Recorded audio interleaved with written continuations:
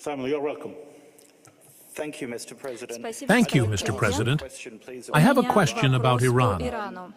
Премьер-министр Нетаньяху заявил, Prime Minister Netanyahu stated that an Israeli attack on Iran could lead to regime change. Donald Trump called for Iran's unconditional surrender. Do you agree with the Prime Minister and with the President? I don't quite understand your question. I agree with what? What exactly do you want me to agree with or not? They said this and that. And then you asked, do you agree with this? With what? Do you agree with either of their statements that it could lead to regime? Do you agree with their assessments that this could lead to regime change and that Iran should prepare for unconditional surrender? As you know, Russia and I personally are in contact with the Prime Minister of Israel, and on this issue, in contact with President Trump. One must always look at whether the goal is being achieved or not when initiating something. We see that, as of today, in Iran, despite the complexity of the internal political processes happening there, we are aware of this, and I think there is no point in delving into it. But still, there is a consolidation of society around the country's political leadership. This almost always and everywhere happens, and Iran is no exception. That is the first point. Second, what is very important, everyone is talking about it. I will only repeat what we know and hear from all sides.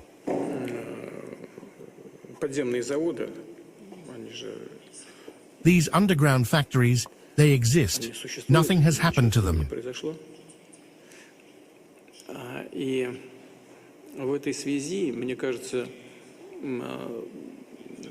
And in this regard, it seems to me that it would be right for everyone together to look for ways to cease hostilities.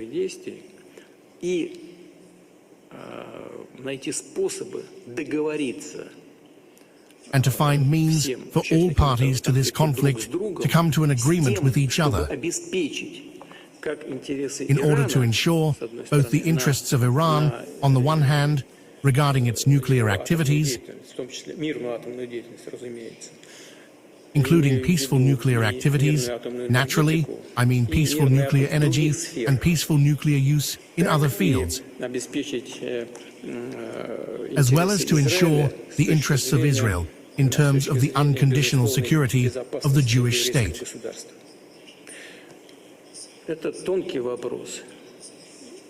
This is a delicate issue, and of course, one must be very careful here.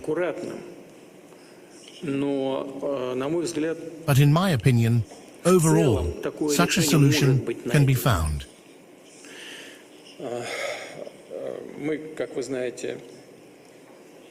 As you know, we at one time took over a project in Iran that was being implemented by German companies and completed the Bushehr nuclear power plant. The German companies left, and the Iranians asked us to continue. It was difficult, because what the German specialists had done was their own design, and Rosatom had to make significant efforts in order to adapt it all to a Russian-designed reactor unit. Nevertheless, we did it, and that unit is operating successfully. We signed a contract for the construction of 2 more units. Work is underway, and our specialists are on site. There are more than 200 people. We reached an agreement with the leadership of Israel that their safety would be ensured.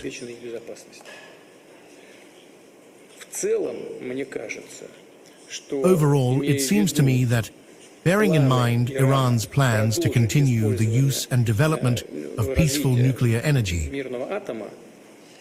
I mean, this is applicable in the field of agriculture, in the field of medicine, and so on. though that is not nuclear power, but also in nuclear power, we could work together with Iran. Why do I think so? Because the level of trust between our countries is quite high. We have very good relations with Iran. We could continue this work and ensure their interests in this sphere.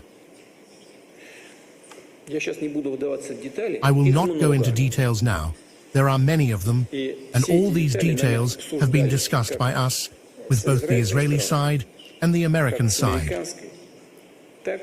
We have also sent certain signals to our Iranian friends. And overall, it is possible to ensure Iran's interests in the field of peaceful nuclear energy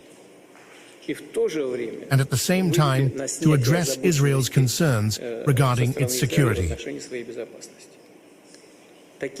In my opinion, such options exist.